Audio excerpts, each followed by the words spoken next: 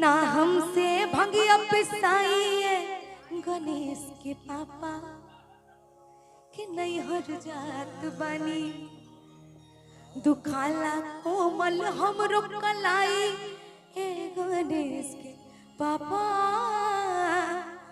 सच कही बात मानी ना आई जरा तालियां हो जाएंगे 1 2 3 4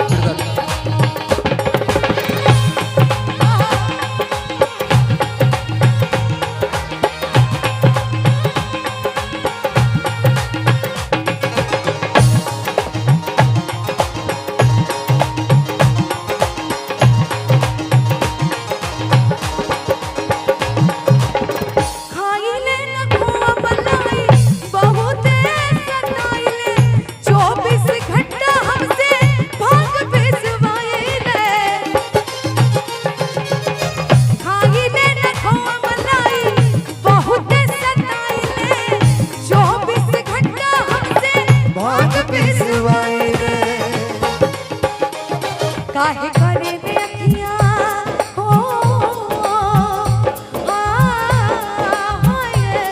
काहे करे ने अखिया लाल ए गणेश के पापा सच कही बात मानी ना हमसे भंगिया पिसाई ए गणेश के पापा सच कही बात मानी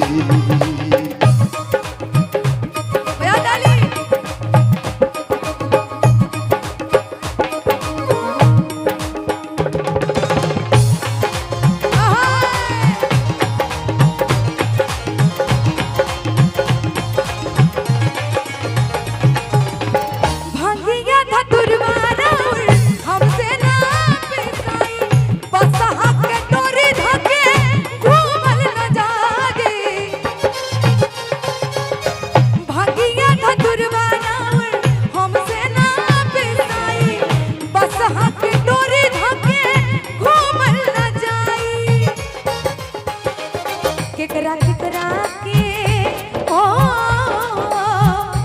हाय हाय केकरा केकरा के संभाली ए गणेश के पापा कि नहीं हर जात खाना कोमल हमर कलाई ए गणेश के पापा सच कही बात मानी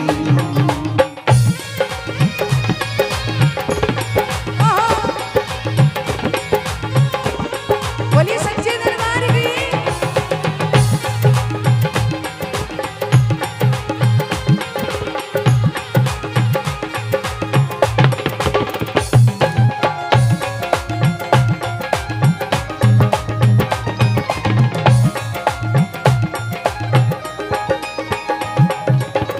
गरबा के नाग नाउर मारे फुफकारी पिए खातिर दूध मांगे समझे लाचारी गरबा के नाग नाउर मारे फुफकारी पिए खातिर दूध मांगे समझे लाचारी चल जाओ ये बात भोलेनाथ के कितने बच्चे हैं? अर्चना जी भोलेनाथ के कितने बच्चे हैं? कितने बच्चे हैं? 2। कितने बच्चे? हाँ अरे जोर से बोलो।